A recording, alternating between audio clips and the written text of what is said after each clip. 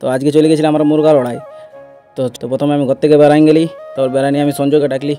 সঞ্জয় বেড়াই গেলা হু করে সালা। তারপরে সঞ্জয় আমাকে ভিডিওটা দেখে বলছে ভিডিও করি না। তারপরে যখন বিবাহকে বললি যে আমি 2 টাকা দিব, তখন বলছি ঠিক আছে দে। তারপরে বলছি ভিডিওটা করিয়ে লেলে। তারপরে ওই গাড়ি যেতে যেতে সঞ্জয় করে সঞ্জয় একটা তাহলে তো চেরাটা দেখা, তখন হনুর মতো সালা নিজে চেরাটা দেখান নিল। তো টুকলু বলছে তেল ভরতে হবে। তো তেল ভরতে গেলে আমরা এখন পেট্রোল পাম্পে। তো পেট্রোল পাম্পে টুকলুর তেল ভরতে ভরতে সঞ্জয় বললো যে আমার দমে জল লাগিয়েছে হিসু। তো এই পেট্রোল পাম্পের দাদারা বললো এই দেখ আমার বুটির কথা বাইরে গেছে। চলে গেলি হাটের মোড় হয়ে কাপড় গলি হয়ে মধ্যবাজার দেখছি ওইখানে প্যান্ডেল আছে আমাদের দুর্গাপূজার প্যান্ডেল দেখে নিয়ে বেড়াই গেলি ট্রেন গাড়ি দেখছে।